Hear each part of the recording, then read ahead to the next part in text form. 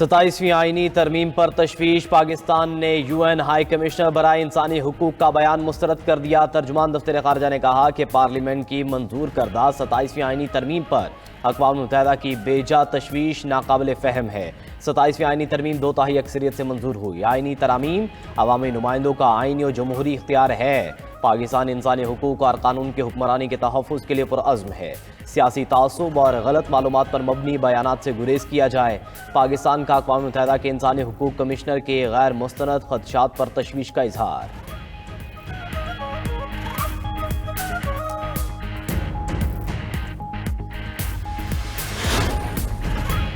شوشہ آیا، امن force Hamas کو غیر مسلح کرے گی۔ پاکستان فوج غزہ میں بھیجنے کے لیے تیار ہے، لیکن حماس کو غیر مسلح کرنا ہمارا کام نہیں۔ TOR مینڈیٹ اور کردار کو واضح کیا جائے۔ حماس کو غیر مسلح کرنا فلسطینیوں کا دائرہ کار ہے۔ حماس کو غیر مسلح کرنے پر انڈونیشیا نے بھی تحفظات ظاہر کیے۔ وزیر اعظم نے فیلڈ مارشل سے مشورہ کر کے فورس بھیجنے کا اعلان کیا۔ نائب وزیر اعظم اسحاق ڈار کی پریس کانفرنس، کہا پاکستان نے بھارت کو سبق سکھایا، یا افغانستان تو کوئی مسئلہ ہی نہیں۔ افغانستان کا مسئلہ طاقت سے حل کر سکتے ہیں، لیکن نہیں چاہتے اپنے بھائی کو گھر میں گھس کر مارے۔ افغانستان کے اندر آپریشن کلین اپ کرنے جا رہے تھے، قطر نے روکا اور ثالثی کی پیشکش کی، لیکن اس ثالثی سے کچھ نہیں نکل سکا۔ افغان حکومت نے وعدے پورے نہیں کیے۔ افغان طالبان رجیم اپنی پالیسی پر نظر ثانی کرے۔ افغان سرزمین دہشت گردی کے لیے استعمال نہ ہونے دے۔ اقوام متحدہ کی درخواست پر افغان عوام کے لیے خوراک اور انسانی امداد بھیجنے کا فیصلہ آج کریں گے۔ مصر کے وزیر خارجہ بدر احمد محمد عبدالعاطی کی وزارت خارجہ آمد۔ نائب وزیر اعظم اسحاق ڈار نے معزز مہمان کا پرتباک استقبال کیا۔ دونوں رہنماؤں کا گرم جوشی سے مصافحہ، فوٹو سیشن۔ ترجمان دفتر خارجہ نے کہا کہ مصری وزیر خارجہ کا دورہ تاریخی برادرانہ تعلقات کا مظہر ہے۔ پاکستان اور مصر علاقائی تعاون کے فروغ کے لیے پرعزم ہیں۔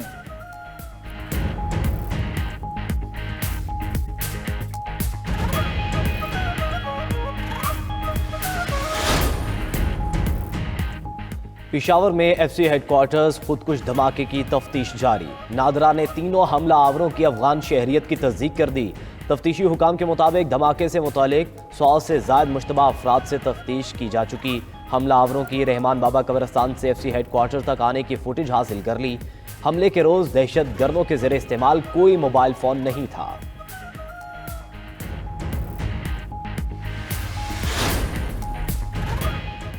طالبان رجیم پاکستان سمیت پورے خطے اور دنیا کے لیے خطرہ بن چکی۔ دہشت گردوں کی پاکستان میں دراندازی کے لیے طالبان مکمل سہولت کاری کرتے ہیں۔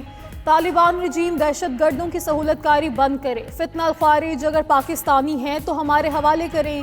DGISPR لیفٹیننٹ جنرل احمد شریف چودھری کا 2 ٹوک پیغام۔ سینئر صحافیوں سے گفتگو میں کہا پاک افغان تجارت کی بندش کا مسئلہ ہماری سیکیورٹی سے جڑا ہے۔ خون ریزی اور تجارت اکٹھے نہیں چل سکتی۔ ہمارا افغانیوں کے ساتھ کوئی مسئلہ نہیں، افغان طالبان رجیم سے مسئلہ ہے۔ طالبان رجیم نے نان اسٹیٹ ایکٹرز پالے ہوئے ہیں۔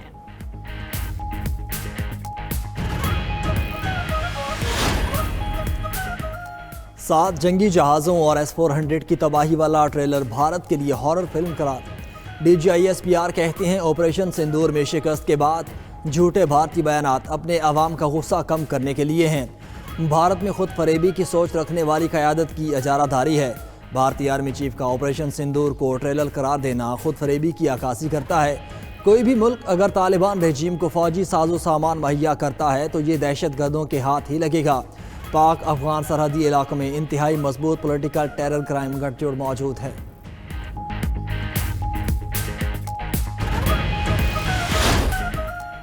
ملک بھر میں خشک سردی کے ڈیرے، بالائی علاقوں میں سرد ہواؤں کی دستک۔ سکردو -11، لیہ -9، گلگت اور کلات میں پارہ -6 تک پہنچ گیا۔ بابوسر ٹاپ -4، چترال، دیر اور استور میں -3 ڈگری سینٹی گریڈ ریکارڈ کیا گیا۔ سرد موسم اور برفباری کے باعث کاغان سے بابوسر ٹاپ 3 ماہ کے لیے سیاحوں کے لیے بند۔ مری، گلیات اور گرد و نواح میں موسم سرد اور خشک رہنے کا امکان۔ پنجاب اور خیبر پختونخوا کے میدانی علاقوں میں دھند میں اضافہ متوقع۔ پنجاب کے مختلف شہر میں فضائی آلودگی کا راج برقرار۔ آلودہ ترین شہروں میں صوبائی دارالحکومت لاہور کا پہلا نمبر۔ شہر کا ایئر کوالٹی انڈیکس 334 ریکارڈ۔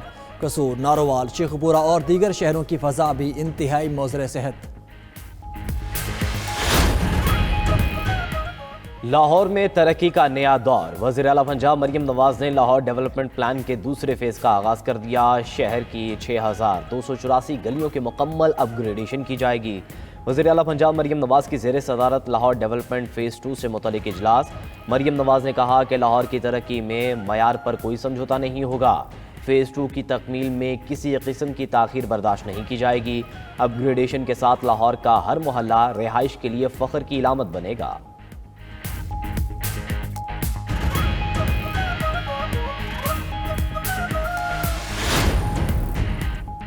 اسلام آباد کے 3 میگا عوامی منصوبے تکمیل کے قریب۔ وزیر داخلہ محسن نقوی کا ٹی چوک فلائی اوور، شاہین چوک انڈر پاس اور فیض آباد انٹرچینج پروجیکٹس کے دورے، تینوں منصوبوں پر پیش رفت کا جائزہ لیا اور جاری تعمیراتی سرگرمیوں کا معائنہ کیا۔ محسن نقوی کا تینوں منصوبوں کے ترقیاتی کاموں کی پیش رفت پر اظہار اطمینان، کہا کہ منصوبوں کو جلد مکمل کرنے کے لیے تمام تر وسائل بروئے کار لائے جائیں۔ پروجیکٹس کی تکمیل سے ٹریفک روانی میں نمایاں بہتری آئے گی، ٹریفک دباؤ کم ہوگا اور شہریوں کو آمد و رفت میں سہولت ملے گی۔ پاکستان نے سری لنکا کو ہرا کر ٹرائی نیشن T20 سیریز جیت لی۔ شاہینوں نے 115 رنز کا ہدف 10 گیندیں قبل حاصل کیا۔ بابر اعظم کی 37 رنز کی ناقابل شکست اننگز، سائم ایوب نے 36 اور صاحبزادہ فرحان نے 23 رنز بنائے۔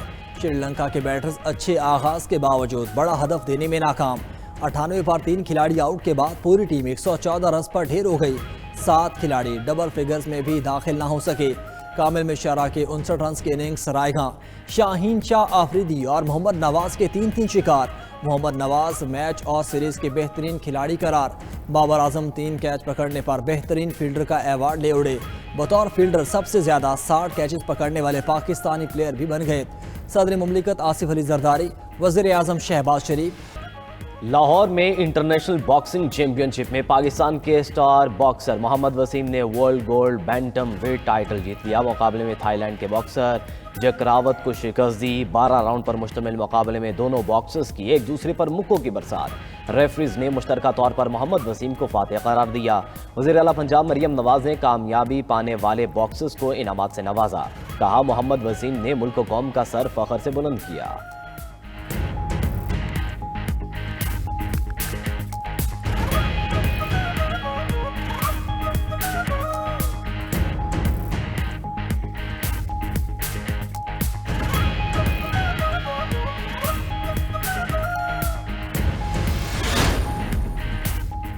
تمام قانونی راستے اختیار کیے مگر بانی پی ٹی آئی سے ملاقات نہیں کروائی گئی۔ ہمارے پاس پرامن احتجاج کے سوا کوئی اور آئینی راستہ نہیں۔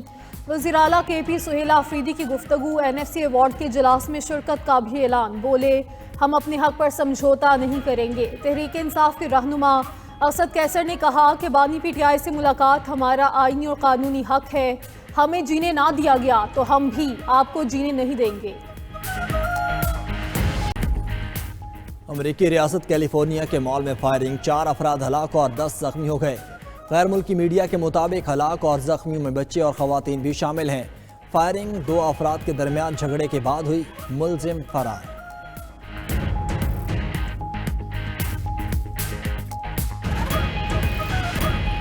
سعودی عرب انٹرنیشنل میری ٹائم آرگنائزیشن کونسل کا رکن بن گیا۔ لندن میں ہونے والے انتخابات میں سعودی عرب کے حق میں 142 ووٹ ڈالے گئے۔ سعودی وزیر ٹرانسپورٹ صالح الجاسر کا کہنا ہے یہ کامیابی سمندری ٹرانسپورٹ کے لیے سعودی ویژن 2030 کے ہدف کا نتیجہ ہے۔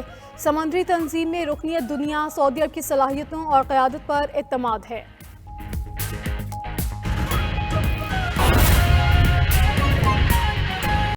بنگلہ دیش کی سابق وزیراعظم خالدہ ضیاء کی حالت تشویشناک ہے۔ غیر ملکی میڈیا کے مطابق وہ ڈھاکہ کے ایور کیئر اسپتال میں زیر علاج ہیں، جہاں انہیں انتہائی نازک حالت میں ICU میں رکھا گیا ہے۔